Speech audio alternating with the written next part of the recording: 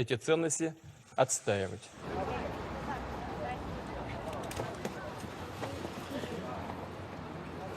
La loi votée contre la dite propagande homosexuelle est aussitôt promulguée par Vladimir Poutine.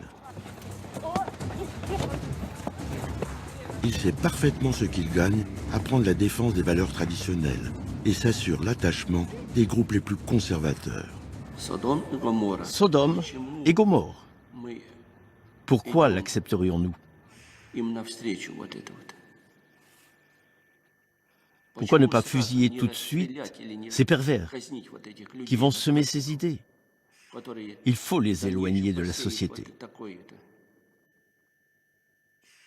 Bon, je ne dis pas qu'il faut vraiment les tuer, les pendre, mais au moins les envoyer sur une île déserte. Je ne sais pas, si vous le voulez, s'il vous plaît. Allez sur une île.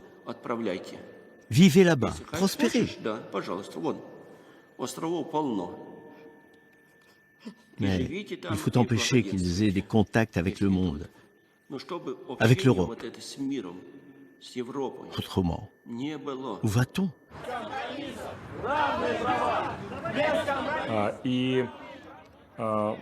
Nous avons l'impression que l'Occident nous impose ces homosexuels. C'est pourquoi la lutte contre la propagande homosexuelle et contre le mariage homosexuel est une lutte pour l'identité et l'indépendance de la Russie.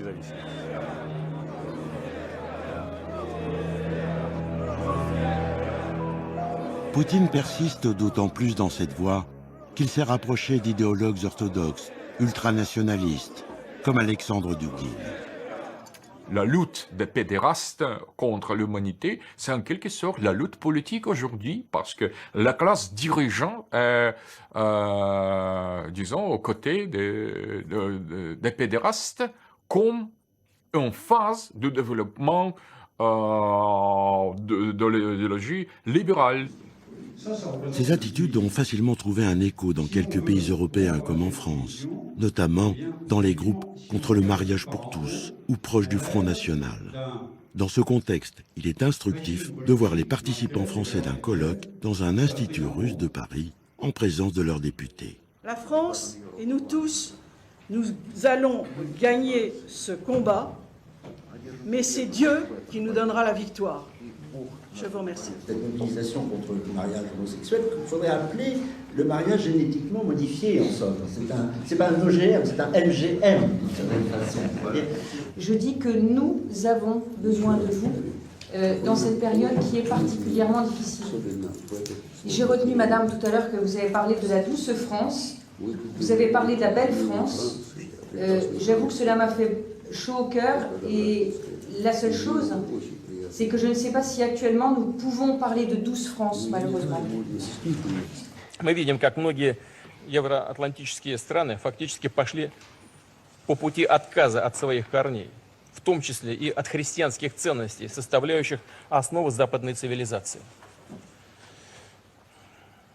Отрицаются нравственные начала и любая традиционная идентичность, национальная, культурная, религиозная или даже половая. Проводится политика, ставящая на один уровень многодетную семью и однополое партнерство, веру в Бога или веру в сатану.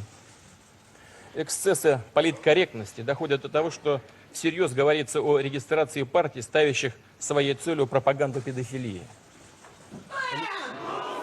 Le message est limpide. Nous, Russes, nous n'allons pas nous soumettre à votre prétendu universalisme moral. On nous présente cela comme la volonté de protéger la chrétienté, l'orthodoxie. C'est ainsi qu'une nouvelle équation est née. Celui qui est contre Poutine est contre la chrétienté, donc contre l'orthodoxie, donc contre la Russie. Protéger les valeurs traditionnelles de la Russie implique un contrôle